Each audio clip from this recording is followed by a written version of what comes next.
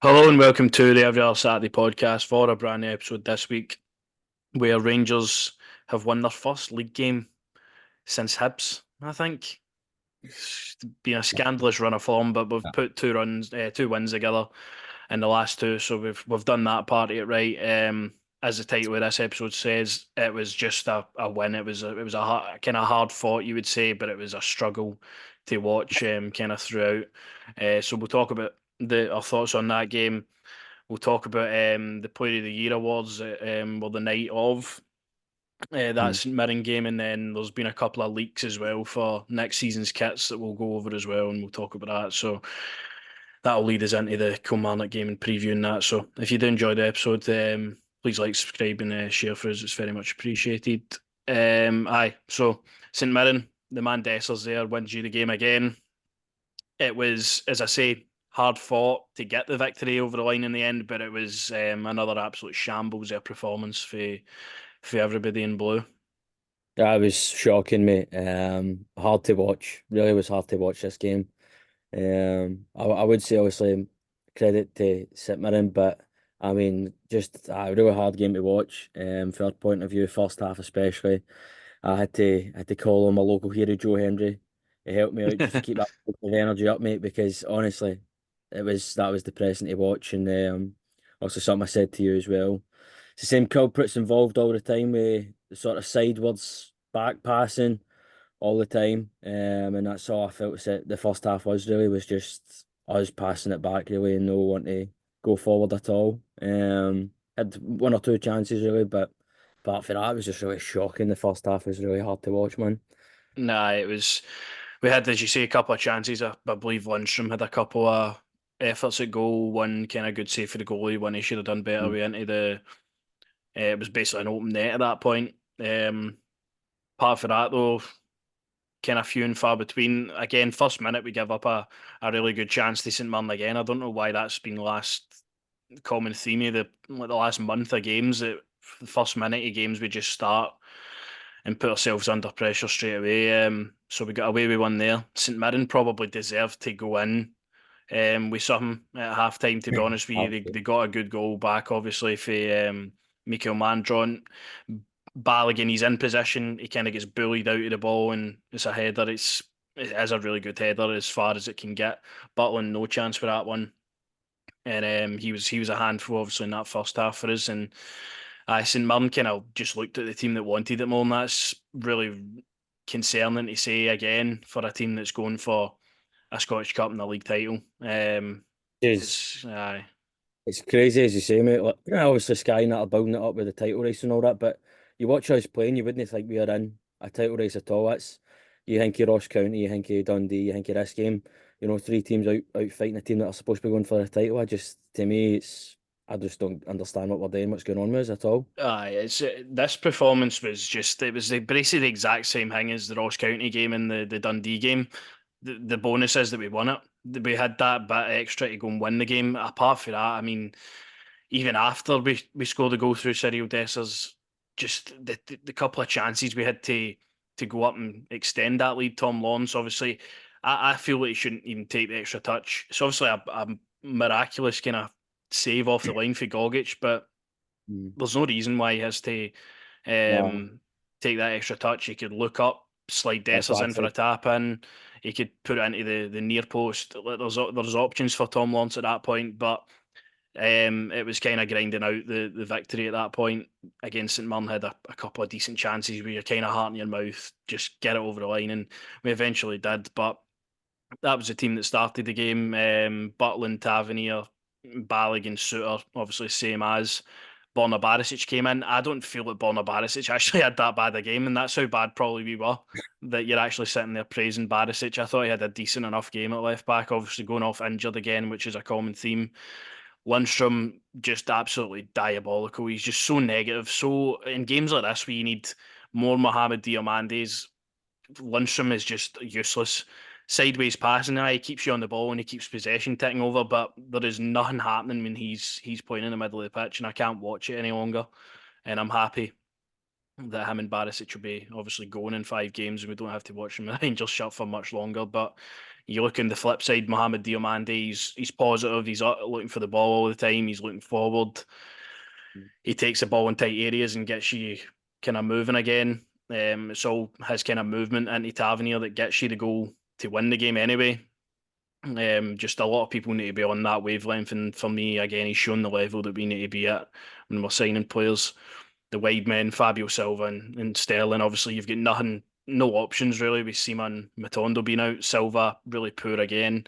Cantwell had these couple of brief moments, good on the ball and stuff, but maybe expected a wee bit more. But he's always hungry for to get on the ball and try and make something happen. So that's a positive for me. Sterling, you can't really fault Sterling any time he plays. Really, he gives you everything. And obviously Cyril Dessers wins you the game, and it's kind of happy days in his department again. And you hope he's going to continue this on for the rest of the season. Because I mean, if Cyril Dessers keeps scoring, we keep winning games, that's going to let's kind of stand us in good stead. But the performance levels need to be massively improved.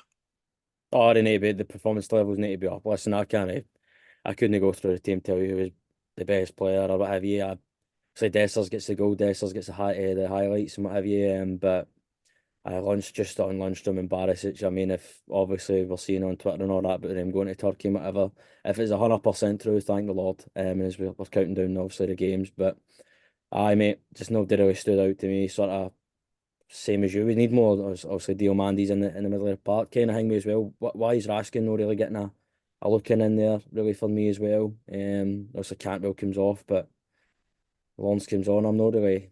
I mean, I know we don't really have that many options in the wide at the moment in time, obviously because of injuries, but aye, man, there's nobody that really stood out for us. As you say, it's just about obviously getting the wins and what have you. But aye, Aye, I mean, Butland away as well. To be fair, you know what I mean. The saves that he made, I nah, don't know. he was brilliant.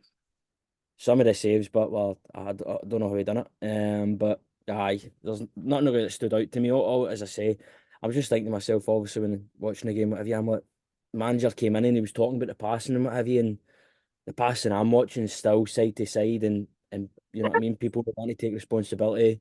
People just passing it backwards. Do you know what I mean? We're not going forward. We were told we were going to go forward and attack all these games, and I suppose that won't really happen until Lundstrom's gone. So aye, mate, Nah, there's nothing special to the game at all. nah, you might have heard a wee delivery there, dog barking, but Aye.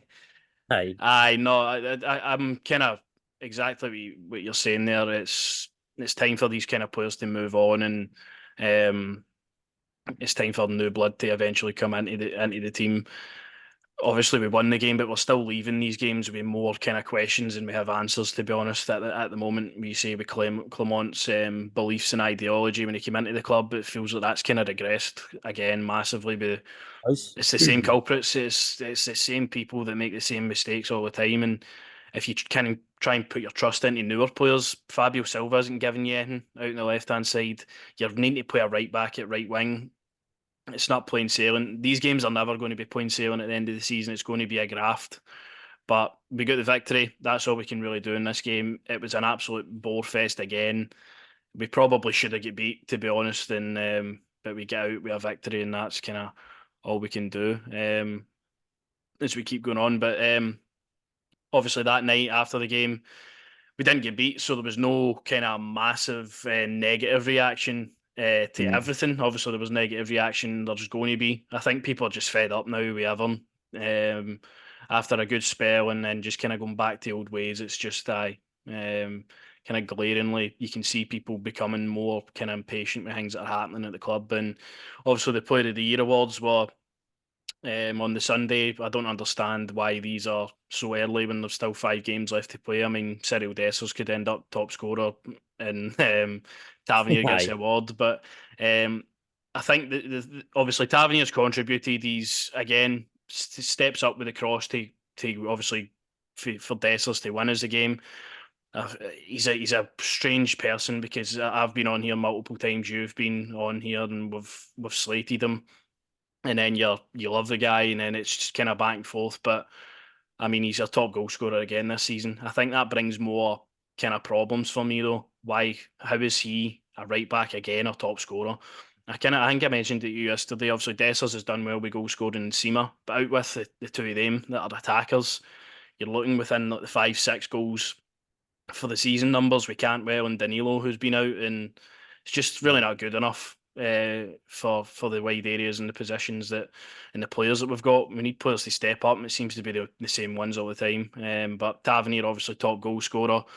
Matondo with the goal of the season. Again, a lot of people criticising this one, think it's just because we drew 3 each with Celtic and that's how far we're slipped. But it's a great goal. I don't. If It's it's a any great other goal. game, it's winning the goal of the season. Like it was again, it was a big game. It's going to get goal of the season.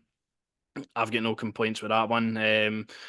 Maybe some other goals throughout the season that have been good. You could give it to Sam Lammers for his win I was away at about to say, Dundee. Tavernier's had a good couple, obviously. I'd Dessers even won say, at Betis, and I'd say, uh, I did. This is a better side. There's a couple of goals you could pick out. I mean, not really last week at these kind of, do you know what I mean, goal of the season, the kind of things here, do you know what I mean? I'm the same with you. I think this is just obviously, we know why this is probably good. It was a fantastic goal, but nah, nah, it was a great goal by if Rabbi Matondo wins that one. And then the strange award of the evening, Connor Goldson, John Gregg, the greatest ever Ranger, gives him an award, achievement award. Again, I don't know what Connor Goldson's achieved this season apart from regression. This is bewildering. Why this was given out, why this was communicated within the fucking that, social media platforms, because everybody aye, knew that this was going to get pure negative feedback, and rightly so. What's Connor Goldson done this season to get any sort of award for his mm. games? Really, nothing. I mean, that award really should have went to us fans, really, I would say, for how the season started to obviously where we are now, do you know what I mean? But no, mate, I'm listening. Look, I've seen everyone, you know what I mean, being mixed on it, obviously slating him. And then you've obviously, you can't not talk about the fact that he has been a good servant for the 6 years he's been here, obviously. But That's you probably do, why he's been given it. To be honest, when you exactly. But think about it. you do think he obviously, there's certain games where he's probably cost us, and I just hasn't been at it this season. It happens. And hopefully he's one that's moved on in the summer for me personally. I just think I it's think for time. our own benefit and his as a player, to be honest with you, I I will. just feel it's I time said to for you that to when you happen. listen to him on that podcast, mate, it sounds like a player to me that just wants to enjoy his time with his family and make a good bit of money playing football. Doesn't he sound like a player that wants to be a winner? It doesn't sound like a winner to me at all. So aye, maybe the Saudi, go and hang me up with Gerard, go link up with Gerard, or MLS somewhere else, or maybe goes to Nah, Champions. I don't know, man. But I mean, you can't. I don't think you can sit here and harbour abuse at the boy, whatever. Do you know what I mean? He's been. no, that's the thing. Like, obviously, he's been a great servant for the club. He's been a mainstay in the defence, whether that be bad or good. A lot of the times he's had good games when he's kind of been missing over the years. You've noticed that. But this season is when people, I think, again, it's just coming to the fed up argument again. People are just fed up with seeing the same people win the same team, not being able to kind of sustain a lead and put pressure on Celtic. That's kind of where that's at.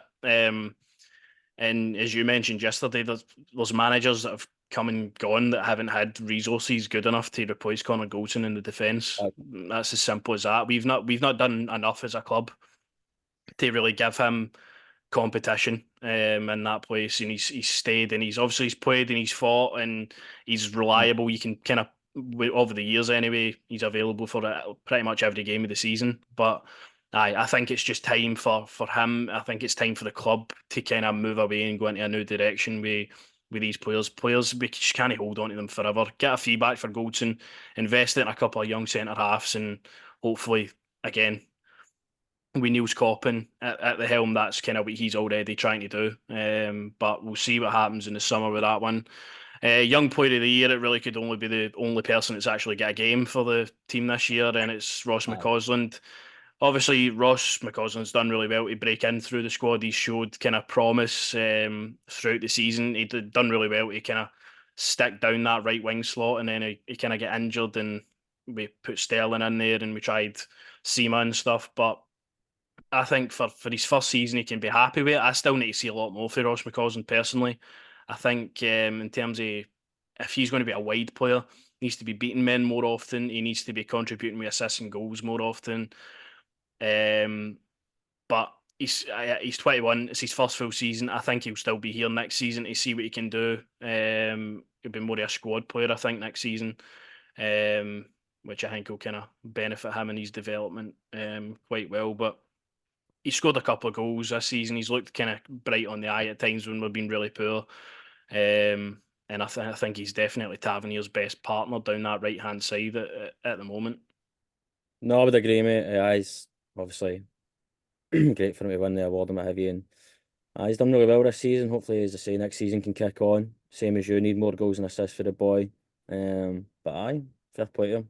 Fair Good, play to good to him. see him. Also, he's nominated for the PFA Young Player of the Year as well. So fair play to him. But there wasn't really no question about it. It was going to be Jack Ah, there Butland that was wasn't. going to get Player of the Year. I think you can look at this either way. Your goalkeeper getting Player of the Year, is that concerning? Or has he just been that good that he's just basically won his games in his own? I think you can kind of look at it either way. I think Butland's just been absolutely fantastic for us this season. There's games that we've been in where he's saved us multiple times and we've got the points over the line. He's been an absolute revelation in the net. I don't think me and you sitting here when we signed him thought he would be as good as he is. But he's Mm. so consistent. He handles himself with just such class, to be honest, the way you kind of expect a Rangers player to be. And I don't think one Rangers fan's got a bad word to say about him. So I think I No. very, very well deserving of the player of the year this year. Well, can I just shock you? I think that's where you're wrong because I knew he was not. He's been fantastic, and I've been the same as you. Saved us countless of times, man. And you just hope we don't lose him in the summer. That's my big concern. As I say, he came in, was big shoes to fill. I think he's filled them. As you say, been fantastic on and off the park. Do you know what I mean? Where Rangers players should be, and aye. So that's my only concern is the potential. Obviously, Well, that's the thing. If he doesn't make the Euro squad after whatever happens at the end of the season, he might no, think, he's right, got to. I'm never going to get in if I don't go back down to England, kind of thing. I know that's a concerning thing for me. As I say, I don't want to lose him just to a It'll be a middle big Prem. fee though, and that's the thing. It's a big fee, and obviously it's great you can invest it in the squad and what have you, which is what we've got to do at the end of the day. But I just the thought of losing him in the summer for me is the one I'm Aye, dreading. well, here's hoping we can keep a hold of him because he's been absolutely brilliant this season for us, and hopefully for the rest of the season he can be just as big because we'll need our fucking Yeah. shot stopper to be as good as he can be again. Aye. And then on to the last two kind of bits of news that we've obviously seen over the week. These two kits have been kind of leaked out in the public and became kind of common knowledge now that these might be our kits for next season. The home kit is just really it's just boring. It's just I'm pretty sure you can go into the Rangers shop at Edmondson House now and get something that looks exactly the same as that, and it's a training kit or something. It's Aye. just it's so boring. It's so kind of templatey. It's just I'm not a fan of this one at all. The away kit though, I think it's got a bit of something different. The badge detail's really nice. The pattern's cool. But again, it's just What the is same kind the of sleeve detail as the other white one we've got this season and the season before that. I don't know. what's the Castor scribble on just the top bit? hmm? What's the scribble on the top bit? It I looks don't like. actually. I don't know if that's something to do with like. I see they released a City collection this year, but it was like obviously kind of Glasgow imprinted on the. Oh, I don't know if it's something to do with that or Ibrox or something. I don't know if it's just a random pattern they've put on it and say, "Aye, that looks good." But it's a different looking kit. That's something I've wanted for Castore to kind of just do something a bit different. They've made the badge different on this one. It looks a lot better. Um, on the away kit. And but I'm just it still feels like they've just get loads of templates, say last season's white top and this season's white top, and they're just starting from scratch and putting something different on it. And that's where my issues kind of lie with cast on their kits. This you're gonna one, pay if it's 75 for that? I'll wait till it's on sale for 10 quid. Aye. That's all the quality's worth to me personally. It's a nice Aye. looking kit.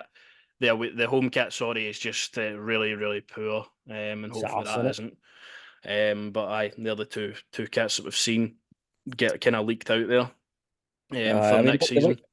the away one's all right. I'm assuming you kind of like that thing for the badge. The home one sort of reminds me of was it Gerard's first season, was Aye, it? it's kind of similar to that. Kind of similar to that. But you just wish you would get a bit more quality with the kit. And I mean, even the feel and everything like that to them, as you say, £10, you know what I mean? You wait until the end of the season and they say, well, that's where I get the third top. So Aye, I mean, Exactly. If you, what's the point of paying? I I mean, feel for him for that it pays instance, for there's the third top. We wore it in the first game of the season. We've never wore it since. what it thinks. Aye, So, aye, aye, just I'm concerned with kind of Castore. I know Rangers and Castore have a good partnership, and that's probably going to be extended for multiple more aye. years. Sad. But I mean, you would love an Adidas or obviously I know everyone goes on for Nike or Hangway, but Adidas or something like that just to come in just something and different. I just feel like Castore's just the I same just think it's the thing. same shite every season and it's the same pish every season. It Obviously, feels this like. white one's got a couple of different details, but still kind of Aye, following the same template. I think probably the nicest kit Castile made was the purple one for a couple of years ago. aye. That's one that you'll probably. What I look for in kits is if you look down the line and down the years, what's going to be kind of iconic. Obviously, the kits that you win the league in are going to be you Aye. win and have successful moments Like a in. But collar? You a fan of the collar or? I prefer it's similar to that purple one. Probably why I like it so much is I like the kind of raised collar on that one. Aye, The aye. the shirt kind of collar, but I definitely do like the white one, just by kind of looking at it now. Hmm. But the blue I one, don't know. I like the, as I said, a badge on it and that, but it just feels like somebody's left maybe a template or something out for it and their Wayne's just fucking doodled on it. Do you know what I mean? But we'll see. We'll see. Obviously, see what it look like. Um, nah, when it, obviously kind of very early stages. That'll be the summer before they can announce that. But that's that. And then we go into Kilmarnock on Sunday. Bit of strange kick-off time, 1 o'clock at Ibrox, but live on Sky, I believe. So, the last time we played Kilmarnock, I think we won 3-1 in the end. Ross McCausland, obviously, in the image there, scored the opening goal for that one. But with the way our injuries are going, I would expect Matondo to be back, kind of with what Clement has said in his interviews. Again, I would put Goldson in next to Suter again. I think you kind of just need to keep all of them as fresh as you can, because I can't for 1 second at the moment nail down somebody who's destined to start. I think Goldson comes back in for that one, and Barisic again will probably start. Yilmaz is going to be back for injury. You would expect this week.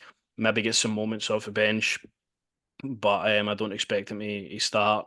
Raskin for me and next to Diomande, just give that midfield some more energy, some more life. Somebody that wants to actually is going to be here next season. Play Raskin. Sterling, obviously you could have Sterling and McCausland down that side. I just kind of anytime pick a team sheet, I just put Sterling in first because he has to play. And as I say, Matondo would be a nice boost to have him back because Silva's just been useless out on the left well, hand side. And then Cantwell and Dessers, who you can hope that will lead us to another victory. But it's going to be a difficult one. Kilmarnock obviously are still trying to finish the season as strong as they can. They're probably going to be fine in fourth position, but really hard team to play. We've seen it obviously at Ibrox this season, away from home, how hard and how good they are as a team.